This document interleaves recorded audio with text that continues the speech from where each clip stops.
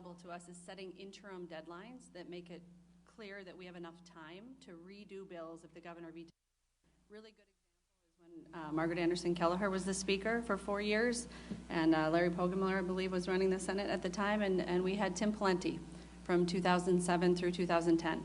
And we knew that for our party faithful, we at times wanted to send a very clear budget bill that stated our priorities as Democrats, and we knew just as clearly that Governor Pawlenty would veto it. But what we did is we left enough time to put second bills together that met in the middle. This is a negotiating process, and as long as you leave enough time for the first offer to be turned down and enough time to make a counteroffer, there's no reason anybody should have to talk about a shutdown. Do you want to add anything, Senator Bakk? I'm looking down to where a couple of Greater Minnesota reporters are. If you have questions, you get the priority. Don't all speak at once. And if you don't, that's fine. Anybody else? Or are we all done? Go ahead. Esme. I have a number of questions about... And please identify yourself. I didn't tell you that before. Esme Murphy with WCCO TV and radio.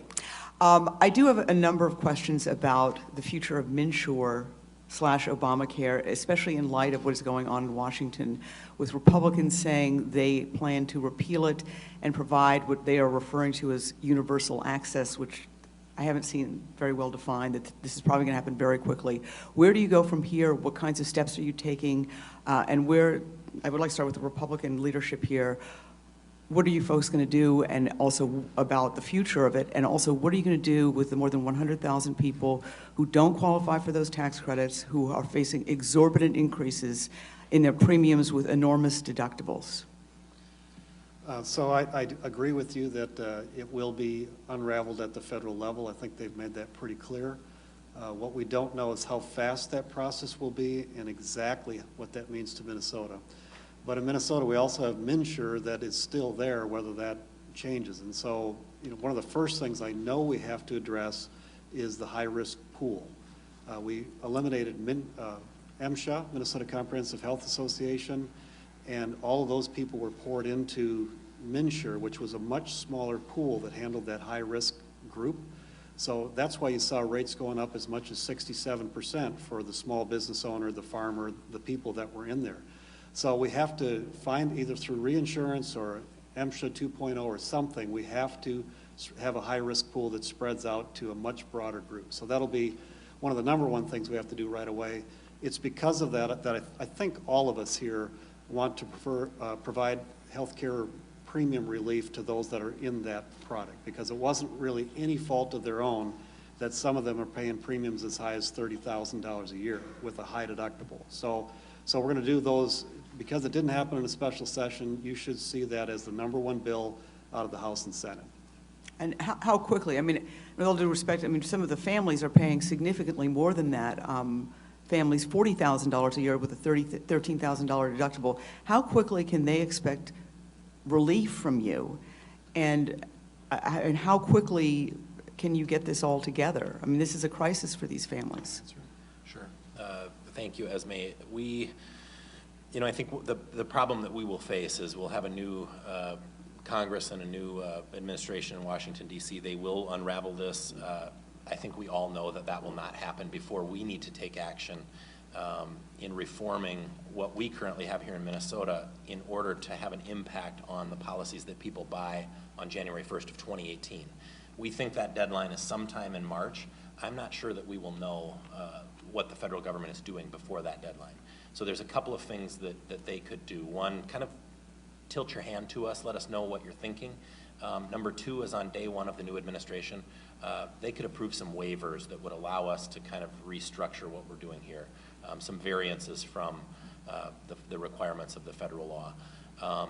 One of those would be putting back in place some sort of a high-risk pool. I think everybody understands very, very clearly that that's what the main problem was. We had a small pool of people in the individual marketplace, and we threw the high-risk people into that pool, and it just skyrocketed the rates for everyone. So we have to somehow put in place either a reinsurance or a high-risk pool. It's going to take some time for us to do that. It's not going to happen overnight. So, but We need to take serious reform action by, I think probably, I would shoot for the middle of March, but I think by the end of March, probably for sure, for us to really impact the policies that people are buying on January 1st of 2018. It's not going to be easy.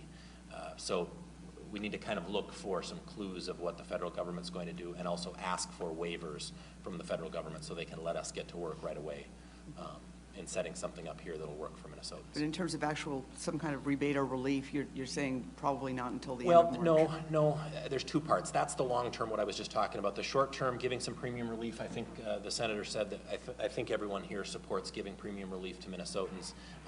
You know, obviously our talks for a special session kind of fell apart last week. Our criticism of the governor is, number one, he waited too long to tell us about the problem. He knew about the problem back on May 1st. He waited until almost October 1st, September 30th, before he told us how bad the problem was. And by then it was too late for the legislature to take any substantive, meaningful reforms that could have affected things for January 1st of 2017. Number two, his plan, I called, what was that? I don't even remember the word that I used to. It didn't go far enough. He is doing the absolutely minimum thing that we could do for Minnesotans. And the thing that he has said is that it's what we can implement. Well, they don't have to do anything. All they have to do is write a check when the plans send an invoice. The state would have to do nothing to implement his plan, nothing. I think we owe Minnesotans more than to just give them the absolute bare minimum. We must do premium relief, but the governor's also not being honest. His premium relief will likely not take place or not impact, that money won't show up in people's pockets until April 1st. I think people are going to want help sooner than that. And it's not just the money, but we have to deal with the access part too. We have people that are potentially getting life-saving cancer treatments at Mayo Clinic that because of their new policies, that will stop on January 1st. I think there are things we can do to ensure some continuity of care so people can continue those, even if it's for 90 days, to help those people through until we can get into the legislative session and hopefully take further action that can help them right now. But throwing people out of their potentially life-saving cancer treatments is going to be a recipe for disaster. And we also have the situation where people in greater Minnesota are driving an hour or 2 hours past 1, 2, 3 clinics or hospitals to get to a clinic that will take their health insurance. That's unacceptable. Well, It's if kind I of could a just ask follow-up, one follow-up here. I mean, Blue Cross Blue Shield pulled out in July. I mean, this wasn't as if everybody learned about this in October. Everyone well, we didn't know about the caps, though, Esme. There was a lot of things we didn't know about this. We didn't know how bad it was until September 30th. Well, Senator Bakk, I mean, obviously, in rural Minnesota, this is really hitting hard. I mean, what are your thoughts about this? Well, I am a little interested to see how my Republican colleagues are going to handle this, because they had a lot of fun with it on the campaign trail. And now making the transition to governing and actually having to find some solutions is going to be really hard work. And, you know, the Senate last year, and I wish them the best, and we've got some good quality people in our caucus, I think, that are willing to roll their sleeves up and try to find some solutions. I hope we have a better outcome than last year, because, you know, this problem wasn't new. The Senate last year in our Health and Human Service bill had 4 or 5 reforms we thought that needed to be made to MNsure. And in conference, we couldn't get the House Republicans to consider any of them. So none of them happened. So this isn't new to us. This is one of the areas where we're absolutely willing to participate and try to find a solution. I've got a neighbor that's in that individual market, and he's the first one, a little self-employed CPA. He was the very first person that raised this issue with me when he came down the driveway and said, "Tom, what are we going to do?" Back in October when he found out what his premiums were going to be. So there are real faces on these 121,000 people or so, and I know some of them. And I hope we can avoid the partisanship at the legislature and with the governor and move beyond the campaign now and start to work hard on finding some solution, short and longer, for a serious problem in our state. What's really frustrating to me is that we have within our power to provide immediate relief, and there's absolutely no good excuse for why we are not having a special session tomorrow to provide relief to families who need it right now. All 4 of us on December 2nd all agreed we're not crazy about relief without reform, but we all agreed that to help these families, this was something we're willing to live with in the short term. And the idea that these families have to wait 4 months for even some sort of the outlines of an answer is inexcusable. I think when we have it within our power to help Minnesotans and we don't help Minnesotans, there's no excuse for that. That's our job. What's really frustrating is to hear the speaker talk about the governor's plan as minimum. Well, if what the governor is proposing is minimum, he's below the minimum because he's not proposing any relief anytime soon. So, you know, the governor put forth more than 80 pages of very specific outline of exactly what would be entailed in the special session. And all we've heard as a reason of why we're not doing it is just complaints. We've never seen a written counteroffer, and particularly on the premium relief. I have not heard a single reason why we shouldn't do this tomorrow.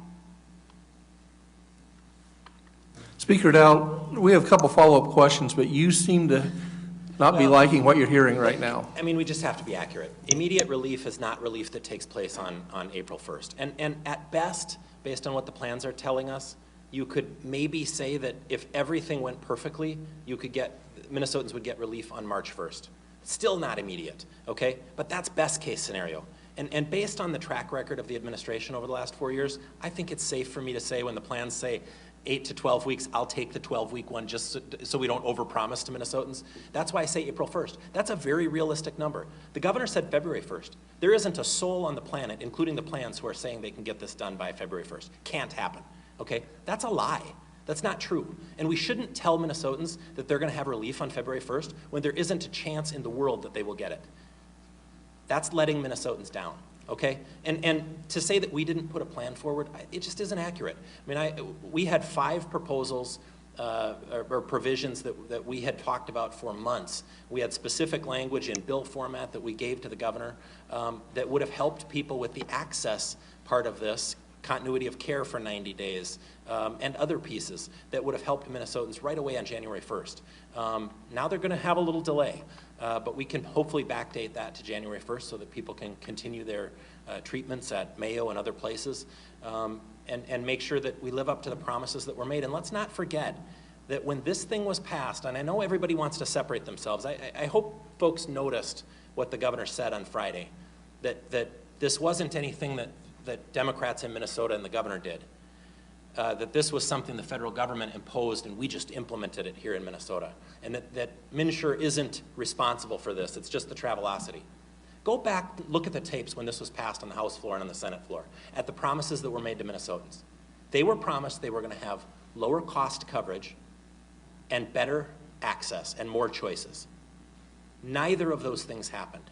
Those are broken promises to Minnesotans, and I'm sorry, you can't pass the buck. The governor needs to step up and take more responsibility and show that he's being more aggressive to work towards solutions that are going to really help Minnesotans on January 1st. The word I was looking for, uninspiring.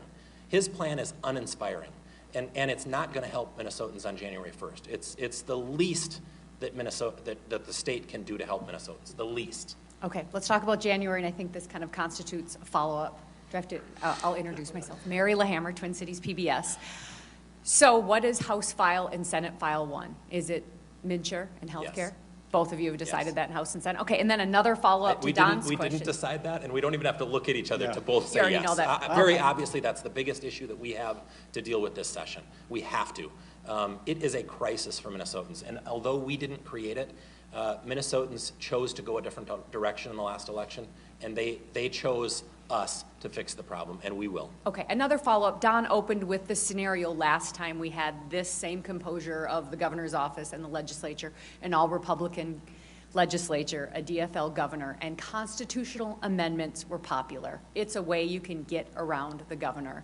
What is the appetite, particularly for the 2 Republican leaders, for any constitutional amendments? On my part, I can say that we haven't talked about any constitutional amendments yet. I'm not saying we won't do them, but unless we have 34 people that agree that that's a good idea, we're not going to do it. And the 2 that came forth last time were both very controversial, and we know that we have with just 34, you have to get a lot of other things done first, in my opinion. And so that's what we're going to focus on. Everywhere I've gone, I've talked about we're going to focus on the main thing being the main thing, and that's the health care reform and relief, a transportation bill without a gas tax increase, and hopefully tax relief. Those are some things that we consistently talk about that we want to do. Mr. Speaker, isn't it tempting to work around the governor and do constitutional amendments? You know, and I agree with the senator. We have not had that conversation, and I have not had anyone approach me saying, hey, we just absolutely have to do this constitutional amendment now that we have the majority. I think my caucus is focused on, number one, reforming the health insurance and MNsure, getting some help to folks who are suffering because of that. Number two, we've got to set a state budget that prioritizes, you know, things that we all care about as Minnesotans, and part of that will be some tax relief for Minnesotans. It's been 2 years since we've had a tax bill, and you know, the governor has done all he can to block tax relief back to Minnesotans, but it's overdue. We do have a surplus in the state budget, and I think Minnesotans deserve to get some of their money back. Democrats, yeah, minority, Can I make one comment on that first, too? I mean, the tax bill, I was on the tax conference committee, and Senator Bakk and I were on the tax committee itself, but that tax bill was the most bipartisan bill I think I've ever seen for a tax bill. You had, I believe, 89% of all legislators, House, Senate, Democrat, Republican, sign it. So, I mean, and get it to the governor. And so that was frustrating for us. I don't think it was, I'm just surprised that we couldn't get that one done, and so we'll keep working towards that. Could I get the minority leaders to weigh in too? You both were around last time we had constitutional amendments and government shutdowns and that whole environment. What would be your fear of working around the governor and Republicans perhaps going straight to the voters on issues? Well, I think if I could give them some advice, I wouldn't rule out the idea of constitutional amendments, but I think what they should think about is constitutional amendments that might be related to good government. And I was reminded myself when I turned over my ballot on November 8th and I saw all those judges. And one was opposed, and I didn't know anything about any of them, and I'm an elected official. And so there's been one floating around on judicial retention that I think Senator Rest has been the author in the Senate. I'm still interested in that. Frankly, the reason that we didn't try push it in the Senate is we couldn't find any traction in the House under Democratic control in 13-14 or under Republican control in 15-16. And I'm sure there are others, so I guess I would just like them to think about, are there some good government things that we could probably pretty bipartisanly agree on? That's the one I would suggest they take a look at. You know, in that vein, a redistricting commission would probably be a pretty good idea to look at. I say that without authorization of my caucus. But when you look at the failure of the political process here in Minnesota to use the political process to draw maps, it makes sense to put that in the hands of disinterested, data-conscious people and not politicians. Tom Hauser from Channel 5. Speaker Daudt, you said last week that there would not likely be a bonding bill in the coming session. Can you again explain your rationale for that? And I'd like reaction from everybody else about whether there should be a bonding bill. Obviously, that's up to our caucus. Our priority this first year of the biennium is going to be on reforming health care and setting a state budget, providing some tax relief. It's not traditionally a bonding year. I know you all know that. Although we have done smaller bonding bills in the first year of the biennium for some time. You know, the governor made some choices last week in what I think was a deliberate effort to scuttle a special session. We had, you know, he stood before you on December 2nd and told you what was going to be handled and dealt with in a special session. We put up what I called guardrails and asked others to go to work and negotiate the details of those bills. If folks are wondering what compromise looks like in St. Paul, I'll tell you what the governor's compromise looks like. In that bonding bill, he was requesting that we take all of the transportation projects out of the bill that we had put in, and he wanted all of his projects left in the bill. And then in his letter last Tuesday, he actually threw in quite a few additional projects that some had never been talked about before, and some had been off the table for 6 months. I can't look at what he did and what he put in that letter and come to any other conclusion than to say that he was deliberately trying to stop a special session from happening, and let me go one step further. By stopping a special session from happening, he was stopping that bonding bill. I don't know what he would tell you if he was here, if he would tell you it wasn't big enough. He wasn't getting enough of what he wanted. He was basically getting everything he wanted in his proposal. But he deviated so far from what we had talked about, that's what blew up the negotiations. Whether we have one or not in the next year is going to be a matter for our new bonding or capital investment chair, members of his committee, and for our caucus to decide if there are things that we need to do. I would guess if we do one, it'll be a smaller one, but I don't know, and we'll work through that process. But I also think the governor sent a pretty clear message by his efforts that he wasn't interested in a bonding bill. Senator Gazelka, do you agree, or are there projects that your constituents want and that shouldn't be hung up due to politics? So we're open to a bonding bill, but it would be end of session, and somehow I think it will be tied to tax relief in a tax bill, just as I understand how politics works. And it'll be unique in the Senate that we need 41 votes and we have 34 Republicans, so Senator Bakk and I will be working on what should be in there if we're going to have one.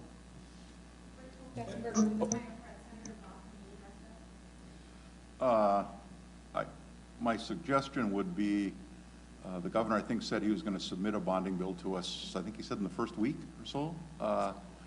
My suggestion would be they take that bonding bill to the appropriate committees and have hearings on it. There is not a lot going to happen at the legislature until the February budget forecast comes out, which is like March 1st. There's a bunch of new members that are going to get their orientations to all of the state departments and their committees, and that's very important.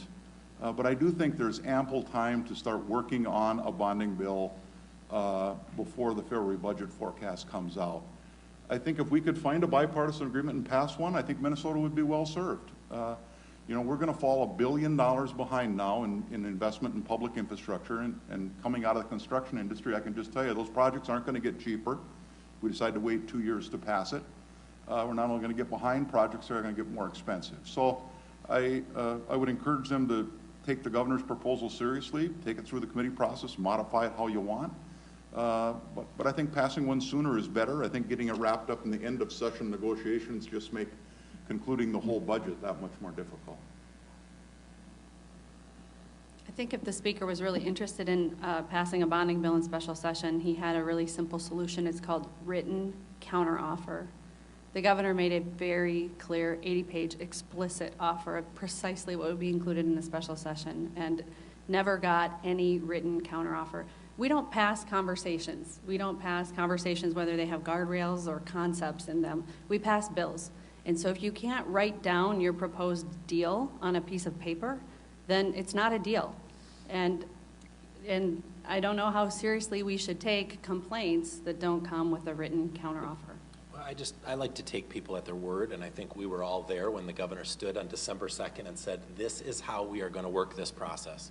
We have a guideline of what we think this looks like, but we're going to leave it up to the committee chairs and the commissioners to work out the details of what that will look like. The governor is the one that deviated from that.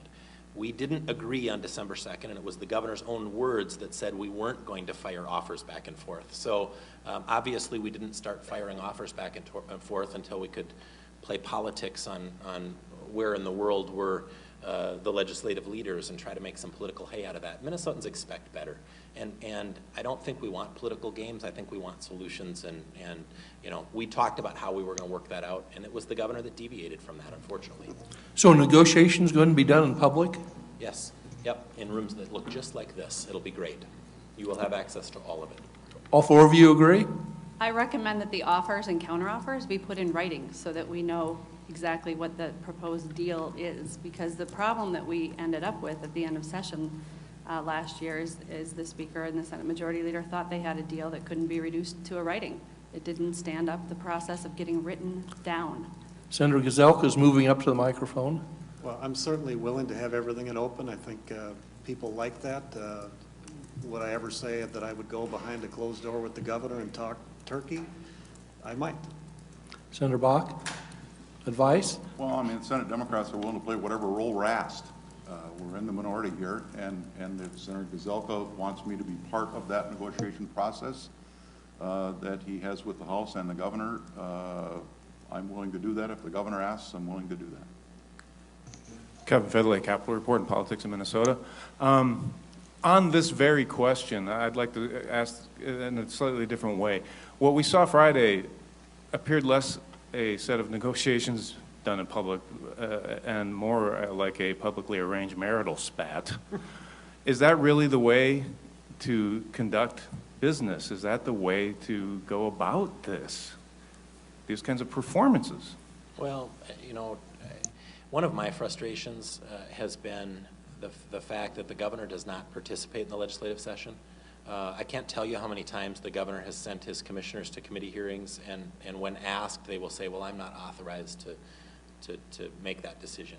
The commissioners are the governor's voice in the legislative process. The Constitution defines when we start and when we end the legislative process. He doesn't get to, and I kind of, in an effort to demonstrate my frustration, took to saying, you know, the governor's latest #1 priority, or his, you know, his second or third #1 priority, because he will show up with a week. I mean, in the last 2 years, one time it was, in fact, 2 years ago, it was all-day pre-K that didn't pass the House, didn't pass the Senate, and here we were with 4 days to go, and it was his #1 priority. And then before we were done, there was another #1 priority. The legislative process starts on January 3rd. He's going to outline his budget and his priorities through that process. It's going to be the governor's responsibility to gain support for those in the legislative process, and that's going to happen through the normally constitutionally defined process that we have here in St. Paul, in public hearings. In you know, I think the problem is the governor has tried to overplay his hand in the past by not agreeing to things, by using the clock and trying to force people into a negotiation on special session. 8 times in the last 2 years, the governor has called for a special session. He's closed the deal once. He's 1 for 8. I think it's time that we stop relying on special sessions and start participating in the regular session, and that's my advice to the governor. If I could, I'd like to just follow up on that. I'd like to hear from the others. Is that what you envision as a public negotiation, that kind of an incident? I would almost call it an incident, almost an accident. No, and I want to answer to that too. You know, the governor, that's what tells me that someone's not serious. When people are firing letters back and forth, and by the way, every time the governor sends me a letter, you have it before I do. Not on accident. You're not, none of you are new to this. You understand what's going on. That's posturing for the public, not solving problems. And this is a relationship business. I started my comments today by saying that we did have somewhat of a damaged relationship. We do. And the governor's going to need to fix that if he's going to want his last 2 years in office to be successful. He's, you know, one of the other leaders here has said that he could be viewed as a lame duck governor at this point. The voters took the legislature in a much different direction in the last election because they didn't like some of the hallmark policies that the governor put in place in his first 6 years. He's going to need to, you know, it's going to be incumbent on him if he wants to accomplish his goals to participate in that process. And that meeting on Friday was set up in front of the press not to get to a conclusion, but to have a little dog and pony show for the media. And it wasn't even, no one should call that a negotiations. It wasn't. That had the potential to be a productive meeting if it would have been preceded by a written counteroffer. I talked to the speaker that morning, well, actually the morning before, and I said, you know, if you were trying to sell me your car and you said, Representative Hortman, I think my car is worth $3,500. And I said, no, I think it's worth $2,500. And then you said, no, well, I think it's at least $3,000. You know what I would say then? I'd say sold. That's how you get to a deal. I told the speaker, what the governor just put on the table was $3,500. Why don't you put $2,500 on the table, and let's see if we can see $3,000. Let's see if we can get there. But in order to identify where the disagreement is, We don't need an itemized litany of complaints about how somebody's being treated. We need specific projects written down on a piece of paper. These are the ones we're willing to fight for. These are the ones of yours we're not willing to take. In order to find the middle, we have to know where the poles are. You know, the speaker is very fond of saying that the governor moves his goalposts. Well, at least he has goalposts. If I can address a couple of comments. First of all, I was in what I thought was the final last deadline meeting. All of us were there, and I thought we had general numbers about where we were at. And so when the governor came back with a proposal that was significantly higher than that, it was not time for a counteroffer. That was the final offer. And so it was a difficult place that we were at, and so I understand why the speaker would have been upset. You know, we have to figure out how we're going to work with the governor. I can tell you that majority, which was in the Democratic hands in the Senate and the House Republican hands, could not get it done. So that tells me it's more than just Republican Democrat. It's how do we work with the governor. One thing that we've decided in the Senate, Republican leadership and majority, is that it's going to be a different tone. We just feel like we're going to be more effective if we take a different approach. I don't want any strongly worded letters to the governor with strongly worded letters back from the governor. I just don't think it's going to be effective. But in fairness to everybody here, it hasn't been just one side that has had difficulty in coming to agreements. It's been both sides. Well, first, I guess let me say to the speaker, never underestimate a governor's resolve if he's not running again. This is Governor Dayton's last chance to leave some kind of mark on Minnesota after a long career. And I would not underestimate that he's going to be pretty resolved on things that are important to him, and he should be. I've often kind of joked around here, governors tend to get most of what they want, and I think historically that's probably more right than wrong.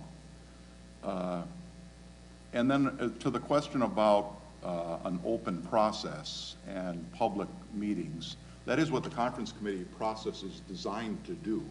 And to the extent I think we can work through that, and that's why one of my earlier comments was involving the administration in that process, to the extent we can engage the administration there, you'll have a public process. But I was here in 2005 when Governor Plenty then decided, well, I'm going to make this process public, and that's going to kind of flush everything out for everyone to see. And the conference committee discussions ended up in the reception room with the governor, with the House and Senate chairs, and what I remember is Senator Berglund winning the day.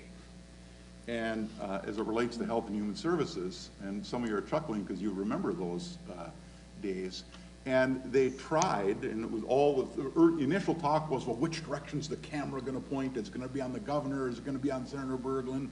And there was all this back and forth about these high-level negotiations that were going to take place in the reception room, and the result of it all was a government shutdown. And we were down for, remember, the state parks were closed.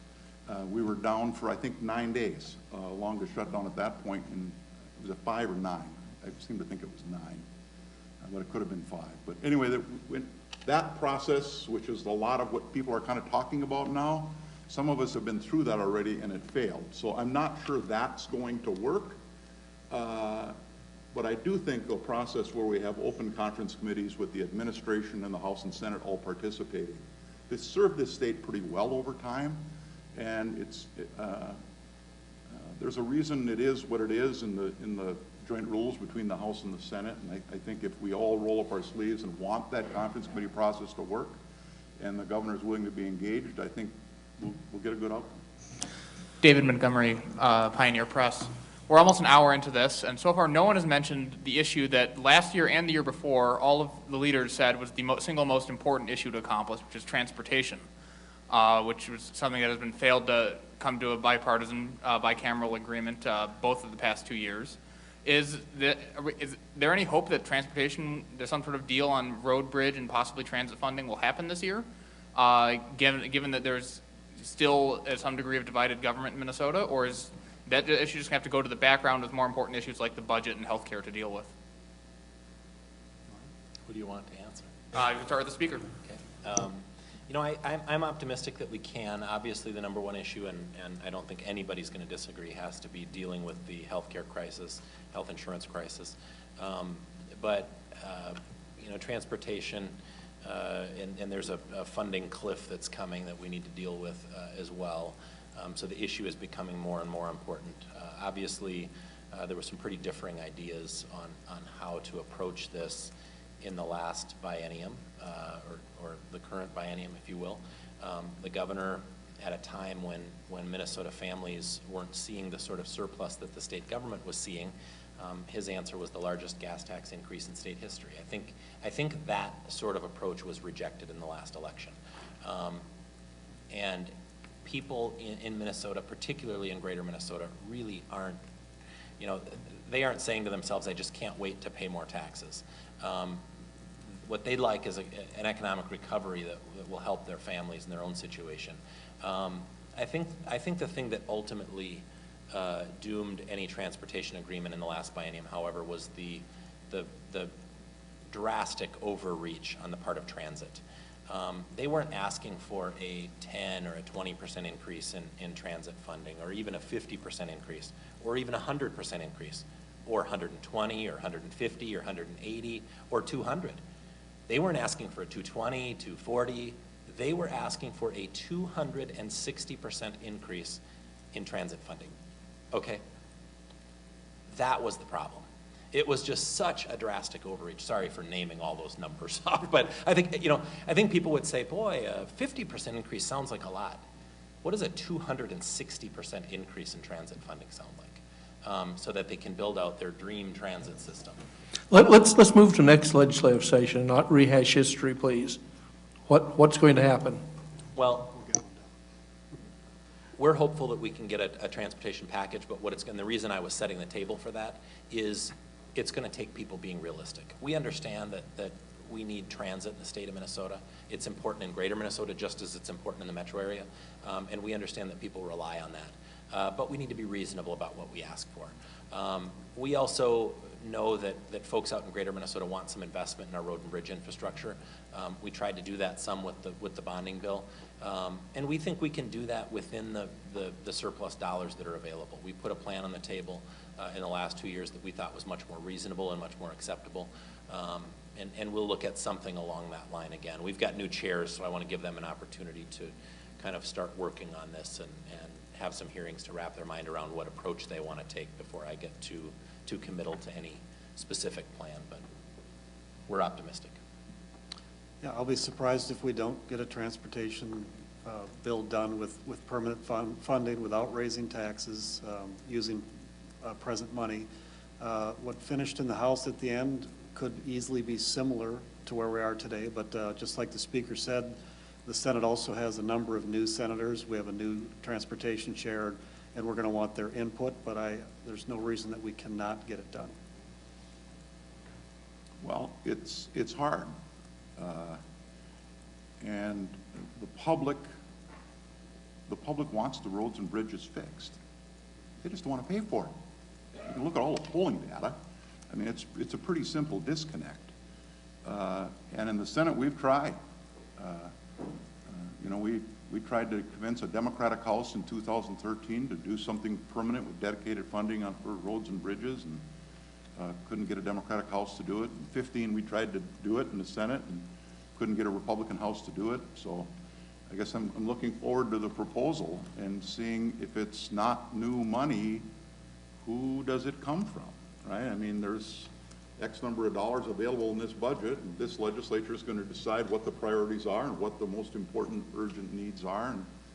And I've never supported the idea, as much as I want to fix roads and bridges, I've never supported the idea of taking it away from K-12 schools.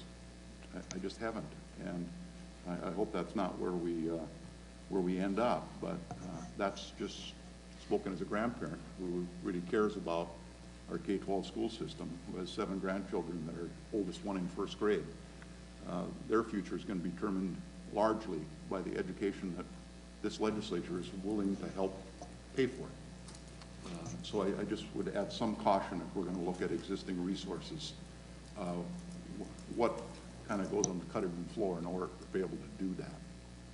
Representative Hortman? Just to focus your response level, the Speaker criticized transit funding, and particularly what he called the exorbitant increase in transit funding, where Democrats have traditionally pushed for transit funding, including in the last year. Is a significant increase in transit funding a necessity for Democrats to sign on board to any such package? Democrats like road, bridge, and transit funding. What we like is a balanced package that serves all of Minnesota. The last time we passed a transportation finance bill in Minnesota was in 2008 over a recalcitrant governor's veto, and it was balanced. It was very substantial investment, mostly in bridges. We have no more fracture critical bridges in the state of Minnesota because we got the resolve together to address that problem. But I think Senator Bakk makes a really good point that when you look at the existing budget and you want to use existing resources, I sure would hate to see a cut target go to K-12, and I would hate to see a cut target go to HHS. We're talking about people in our community who have the most difficulty with their day-to-day daily activities of living, and typically when we see Republicans in charge of the House, we see a cut target, and that hurts people who are already the most vulnerable. So I, like Senator Bakk, would agree that if we're really serious about doing something about the roads, our first preference would be long-term, stable, dedicated transportation funding that doesn't take money from school children or people with disabilities or people in nursing homes. Tom Hauser again, just as a follow-up to that, by taking money from school children, are you talking about diverting existing sales taxes that would usually go to the general fund, or explain what permanent funding you're talking about? Senator Gazelka, you mentioned you think it can happen without raising taxes. Tell us specifically how that would be done. Well, first of all, we have a $1.4 billion surplus and a surplus moving forward, and so I'm looking at that as one of the places that we invest the money. I've been in the majority in the House in 2005, and Republicans had that, and we gave the largest per pupil funding, I think, maybe 20, 30 years, 4% each year, and we didn't get credit for that. And the last time around that we had the majority, we didn't cut education funding then. And so, you know, I think all four of us think that education funding is important. So, but we do have a surplus, which means what are we going to do with some of that? And we talked about the healthcare crisis. Certainly roads and bridges and figuring out how to fund that would be a good opportunity to use that for. That would be a one-time. What about permanent, ongoing funding? Well, I will tell you that each of our chairs will look at every like health or K-12 or higher ed or whatever, and where are we spending our money, how are we spending our money, and we haven't looked at that in a while. Last 4 years, spending has gone up, I believe, 18%, so it's not like we've been cutting anything, it's been growing, and I want to make sure that we're using the dollars wisely. I can tell you that Senator Abler wants to take a real hard look at our human resource delivery and what are we doing. Is it efficient? Not the dollars going to the people that need it, but how what the dollars are before they even get to them and how we're doing that. And so, so that would be one of the areas that I'm going to be looking to. Can we save money and still provide the services that we're giving to those people? I just, as a follow-up, I'm still unclear on what specific funding sources for transportation you will look at. You're talking about surplus, you're talking about savings elsewhere in state government. Seems to me that still isn't going to be enough, and I'd like everybody to chime in on this. I do think that will be enough. Speaker Daudt, do you agree? General fund, and that's been the problem. Nobody has wanted to spend general fund money on roads and bridges. Well, it's very difficult to go out and tell Minnesotans that when we have, in the last biennium, a $2 billion surplus, but we need you to kick up the money that you put in when you put your gas in the tank every day. I think Democrats broke some promises to Minnesotans in the last biennium. The governor went out and said, I'm going to tax the wealthy and they're going to pay their fair share. But he proposed increasing, he actually got one of them increased, the most hurtful taxes to lower income folks. And number one, it was the cigarette tax, raised at $1.60 a pack, much more disproportionately affects low-income Minnesotans. The other one is the gas tax.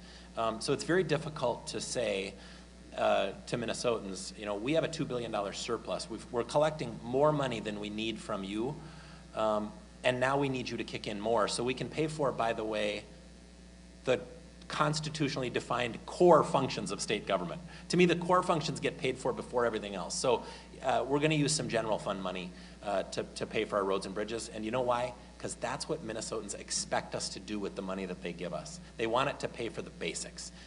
So we've got enough money there to deal with the problem. Mike McEntee from the Uptake. I'd like to talk about elections just for a moment, since a lot of people are thinking I'm sorry, can we about just have, I'd like to hear from the minority as well. Senator Bakk, could you just chime in on what you think about this? You know, I think there's been about 15 times in the state's history that transportation has been on the ballot. And there's a reason that previous legislatures have always put that on the ballot, because they've all known that unless you constitutionally dedicate that money, or unless you constitutionally build like the highway system, you can't bind future legislatures. And this legislature might be well-intentioned to put some general fund money into roads and bridges, but you can't bind the next one unless it's constitutional. And the highway system has always been a user fee system. It's why license tabs, the sales tax on motor vehicles, the gas tax, all are constitutionally dedicated to transportation, so that future legislatures can't undo a long-range transportation plan because it's constitutionally guaranteed. So I just would add some caution. It might be a priority today to the legislature or to the voters, that maybe transportation is the #1 thing on people's minds right now, and maybe that's where they want the general fund money spent. But a transportation plan is more than a 2-year proposal. And we might all be sitting here 2 years from now, and the public's attitude about what's important might have radically changed, depending on circumstances totally unknown to us today. So I just would continue to urge caution. I've had little luck in the past with Republicans and Democrats, including the governor back in 13 and 14, that it needs to be a constitutionally dedicated revenue stream. And if they decide at the end that they want to put something on the ballot to constitutionally dedicate those sales taxes on tires or auto parts or whatever, might be something I'm even willing to support. But if you're going to permanently dedicate general fund money to transportation, please consider doing it constitutionally so that the 20-year transportation plan that's developed can actually be executed and is not left to the whim of the next legislature to just not be a priority. Did you have any addition? I agree with Senator Bakk. I mean, I think when you have a general fund budget and you have kindergartners competing with transportation funding, the kindergartners are usually going to win that fight. And that's why in 2008, when we put that package together, we worked so hard to have responsible, long-term, dedicated transportation funding. Okay. Mike McEntee from the Uptake. I wanted to talk just quickly about elections because a lot of people are, of course, talking about that today. Senator Mary Kiffmeyer has indicated that at some point during the biennium, she plans to address the issue of requiring voters to use a photo ID to vote. And given that we just had a constitutional amendment fail, I think, in 2012 by at least a majority of Minnesotans, is this a wise thing to raise again, Senator Gazelka? That would be your area, I believe. Well, first of all, I was in that press conference, and it wasn't something I think she was ready to talk about, but they asked, and that was something she'd like to do. But she also added, I think rather forcefully, that she knows that we have to focus on the things that we all have been talking about, the healthcare crisis, roads and bridges, tax relief. You know, so that is not, I know it's important to her. I don't know that it's a high priority for her. Her high priority is the same things that we talked about that we all have to work on. So the other thing I would say about that is unless we have 34 strong in the Senate that want to go that route, then it's not going to happen. So it's not a high priority for you, then? It's not something that I've even discussed other than that press conference with anyone. Speaker Daudt in the House? It's not something that we have talked about either, and I don't know that it will be a high priority for us. But I have to just on a personal level say I think it's the most common sense thing in the world. You have to have a driver's license to get welfare benefits or you know, a plethora of other things. And I think, you know, valuing your vote and my vote means that nobody else gets to cast a vote who's not supposed to, because then it devalues your vote and my vote. So I think our election process is important. it's somewhat unique in the world, and I think we need to protect it, but we have not had any conversations about passing anything like that. I think there's other things that can be done to make sure that our elections are sound as well. And we have some other election problems we have to deal with. We have a special election that is happening now because a district was determined that a member didn't live in their district, and they were removed from the ballot. The problem now becomes we're not filling the seat, and we're leaving that seat sit empty for a month and a half with no representation. And I think it doesn't take too creative of a mind to figure out you can misuse that. In fact, they could file somebody in my seat against me that doesn't live in my district, and then once the filing period is closed, have that person have it challenged by themselves, have that person removed, and all of a sudden the Speaker of the House isn't sworn in with the rest of the House on January 1st. So there's a huge potential for that statute to get misused, and I don't think anybody saw that when we passed it a couple of years ago. So there's a fix that we definitely have to do there, and I think there's some other things in the elections that we need to work on as well, and they probably should be non-controversial, bipartisan things. The other thing in elections that people are, of course, talking about today is the presidential electors and joining the compact so that the majority vote winner, popular vote winner, gets Minnesota's 10 electoral votes. What are your thoughts on those? I will introduce again my bill to distribute electoral votes by congressional district, the way I think a couple of states do. I think Nebraska and is it Maine that does it that way? I think there's two. I think that makes more sense for us if we want Minnesota to be on the campaign trail for the presidential election. I just personally don't support changing, or entering into some creative way to get around our federal constitution to distribute or change the Electoral College to a national popular vote. It's not. The Electoral College was put in place for a reason, and I think we can change the way we distribute our own electoral votes, which the Constitution gives us the right to do, but I don't think an end around on our federal Constitution is in the spirit of what our founding fathers had in mind. Anybody else want to weigh in on that? They probably don't. Well, let me just say on the issue of election changes, the governor has been pretty clear that he's not going to sign election or campaign-related bills unless there's bipartisan support at the legislature. And the reason I remember that is then Speaker Thiessen and I wanted to do some things in 2013 and 14 when we had Democratic control in the governor's office and in the House and Senate.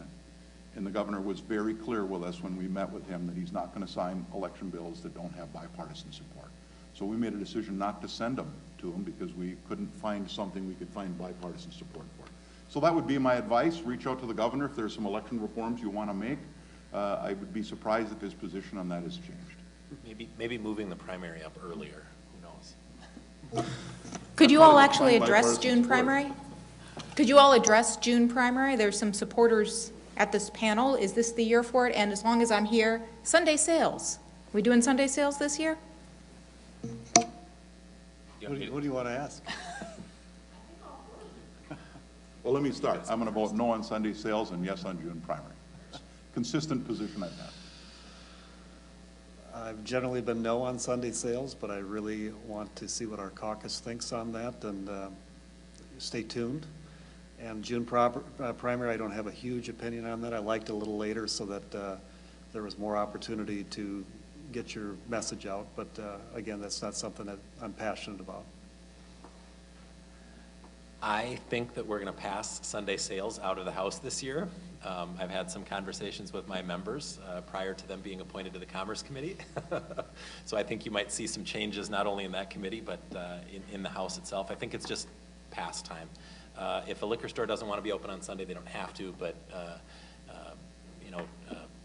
customers, consumers, our constituents would like them to have that flexibility and frankly would like them to be open. So I predict that we will pass that out of the House this year.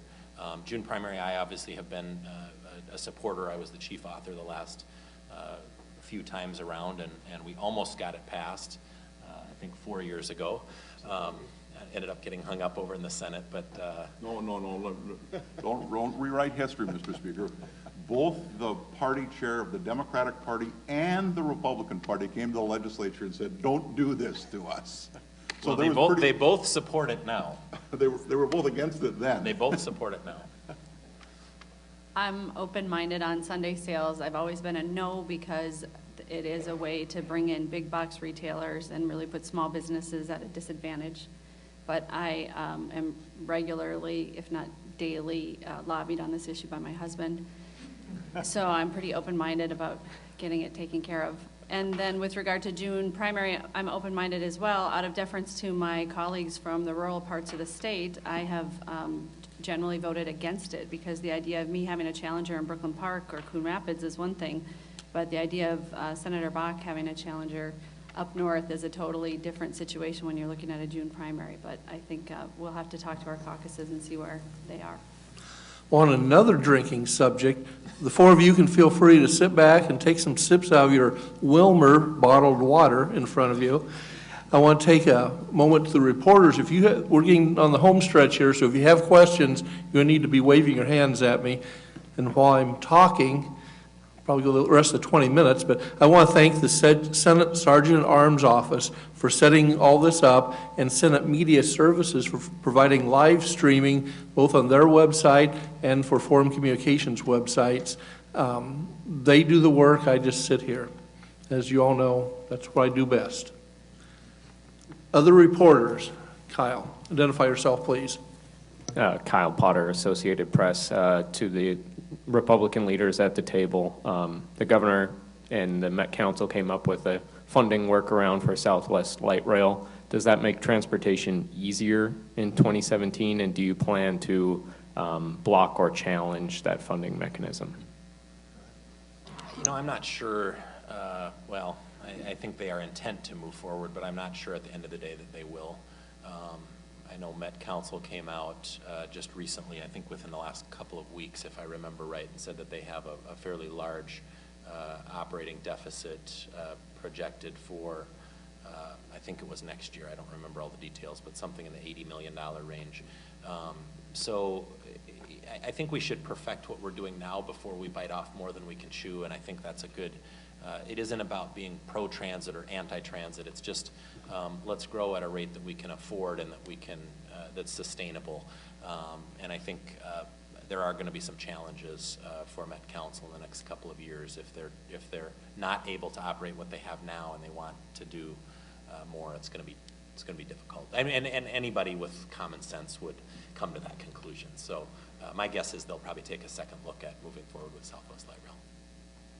So first of all, if Southwest Light Rail is moving forward on a separate track, no pun intended, then, well, actually was intended, but I think the rest of the transportation bill is, I think, much easier to work on. I think all of us here support bus transit. It's really just been Southwest Light Rail and things like that. So if that's off on a different track, then I think it's far easier to get a transportation bill done. I'll also just chime in if I can really quickly on, I'll remind the local governments, whether it be CTIB and the partner counties that are part of that or Met Council, you made a decision to proceed with the capital investment on this project without the legislature. We believe that's a violation of state law. But you made a decision to make the capital investment. My hope is that you did that with the knowledge that you know where the operating money is coming from as well. You can fill in the blanks. Okay, a question from a Greater Minnesota reporter. Trey Muse, Mankato Free Press. I know a lot of people in my neck of the woods are concerned about the $90 million farmland tax credit that was in the tax bill last year. Is that going to be part of tax legislation this year? Your farm property tax or ag relief? Yeah, that for me personally is a very high priority. As ag prices or ag land has gone up, their portion of the taxes have gone sky high, and we looked at a number of ways to solve that, passing that on to the local businesses or the local residents, and we just couldn't find something that everybody could agree on. I'm not sure it was the best policy in the world, but I think that it was a way to provide ag property tax relief that everybody could sign off on was the solution. So I personally definitely support that. I'm working with our tax chair now, and we're combining what are the things that we want to accomplish in a tax relief bill. but that would be very, very high priority for me personally. Yeah, I agree. I think we'll see it in whatever tax bill comes forward. Well, let me just say on that, it's being framed up as ag property tax relief. What it really was intended to do was help those small rural schools that have a lot of ag property in their districts so that they're able to pass voter-approved levies. And we've got school districts all over the place in the metro area here that are levying over $2,000 a pupil because the big buildings pay for it. And out in rural areas, it's the farmer that has the valuable land and can't afford the cost of voter-approved levies. So those schools are put at a huge disadvantage. So I think when we talk about that ag property tax relief, let's remember what we're doing is it's another credit in the rural area of the state to try and put some new money into their K-12 schools. And so it really has it's a good proposal because it's got really two good purposes that everyone supports. I think it was very bipartisanly supported, and in the House, I'm sorry, bipartisanly is not a word, I know that. Rachel? Sorry about that. But my deputy, Paul Marquardt, who will be sitting right next to me on the floor, I know will fight for that again this year. I have, on continuing rural issues, I have two I'll ask in one.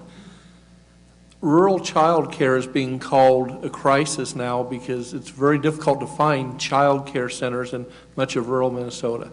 And I know Representative Franzen is working on that, but I'd like to hear your opinions on what can be done there. And the other thing is rural workforce housing. It happens in the urban areas too, but you don't have to drive as far as you do out in the center box area. If you have a new factory or something, there are some places that they can't get enough housing for the jobs that are open. I'd like to know from all four of you what can be done, what you think will be done this session, if anything.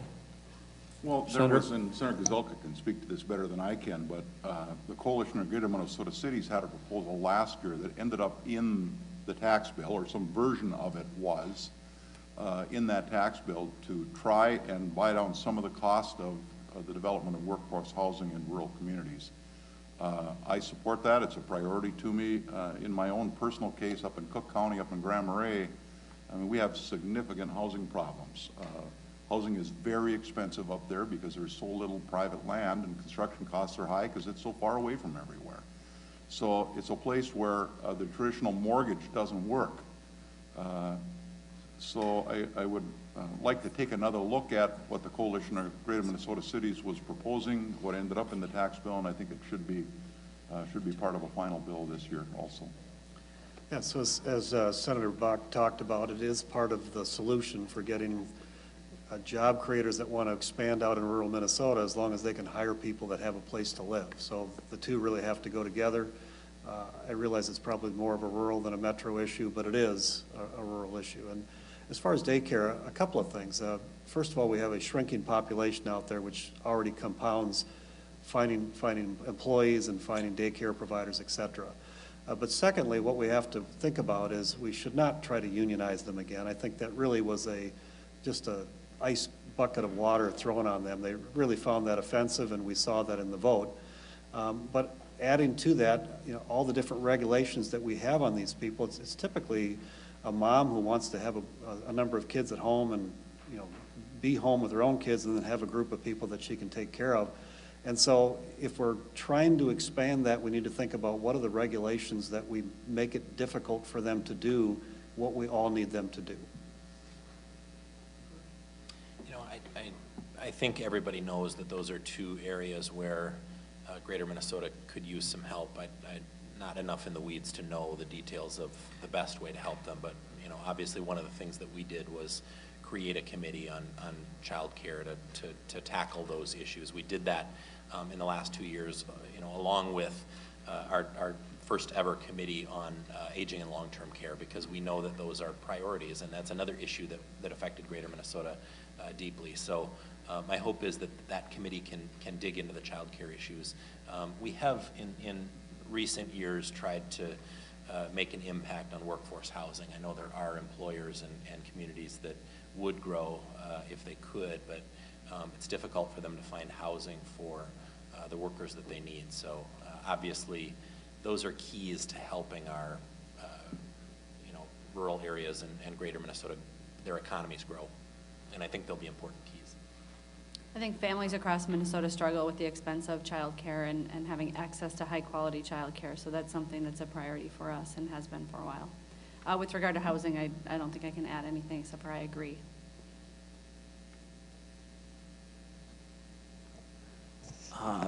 This question, I'd like House Speaker Daudt to answer first. You toured the Minnesota Security Hospital with the governor earlier this year.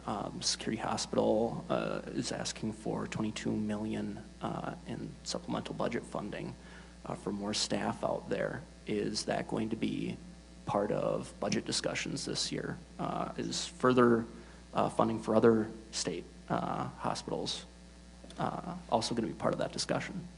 We did give a pretty substantial increase this last year, and I would suspect that we will be taking a look at that. You're correct, I did tour that facility. Not only were they asking for some increase in operating monies, but also in some capital investment money, and those were in the bonding bill that was on the table here at the end of our special session negotiations. So they're dealing with a pretty tough population on the sex offender side. On the non-sex offender side, they're you know, in some cases a tough population, but providing a pretty needed service. And we need to make sure that we give the people that are working there the tools they need, so that number one, they're safe, and a very close number second, they can be effective. They can provide the service to those people and the treatment that's required to get them back on a more mainstream track in their communities. So I assume it will be a big part of the discussion this next biennium. So I agree with the speaker's comments, but I also want to say I've not served on the Capital Investment Committee, so it's not an area that I've been thinking about in any great detail.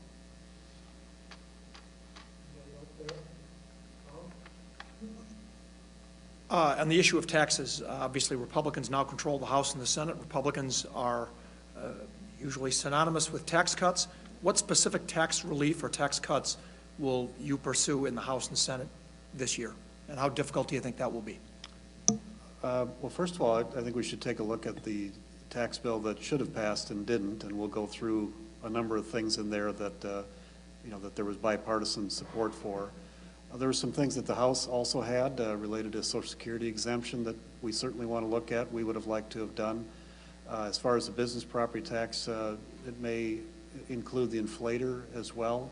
It's an automatic every year increase in business property taxes regardless of what's going on. So those would be some things that I want to at least take a look at. But I would say let's first start with where we were, because there was a lot of agreement there. What are some of the things that we still have agreement, and then some of the other things I mentioned.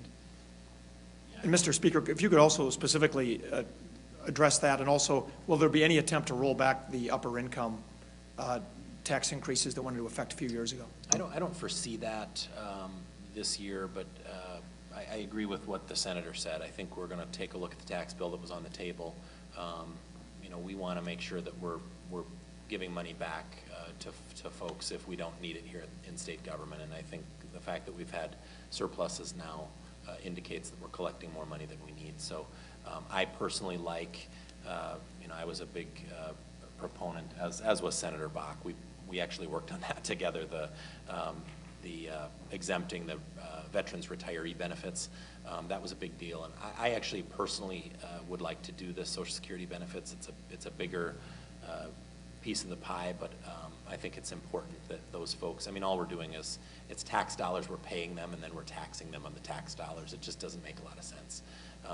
Plus, I think, our folks that are living on Social Security income have not seen much of a COLA increase the last 4 years. So it would be nice for them to be able to have that income exempted from taxes. I also like the approach we took with the business, kind of targeting it at small business by exempting the first 100 or 150,000 of value for everyone on the statewide business property tax. I think that hit a lot of small mom and pop Main Street businesses out in greater Minnesota, but it also impacted every business in the state. So I think that was a good approach as well. And I also we don't like inflators. That's why the getting rid of the cigarette tax inflator and the getting rid of this inflator would be important. When Democrats are in the majority, they put tax increases in place and they put automatic inflators in case they lose the majority. Those taxes keep going up.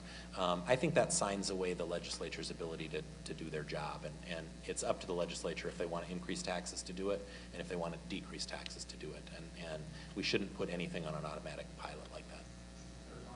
Well, just want to remind everybody, I don't know if you saw the USA Today results from, I think it's less than 2 weeks ago now, where the group 24/7 Wall Street announced that they had finished their most recent study and that Minnesota was, from a fiscal standpoint, the second best state run in the country.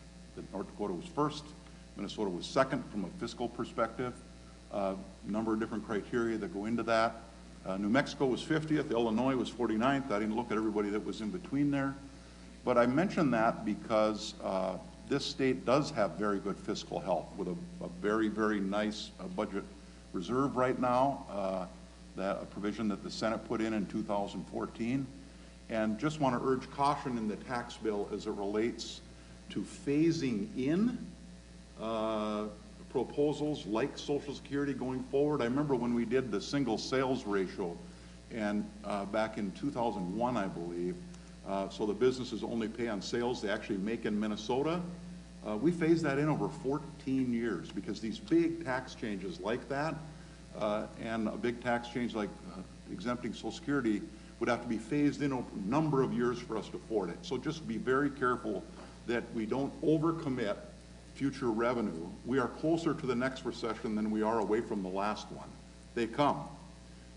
So just be careful when phasing things in. On Social Security, just let me say, we treat Social Security income just like the federal government does. I think on a couple, we don't tax it until they get to about $35,000 in income. So let's just be careful.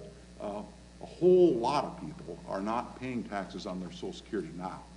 And so what I'd be interested in seeing is kind of the run of, if we did totally exempt Social Security completely, where does the money go?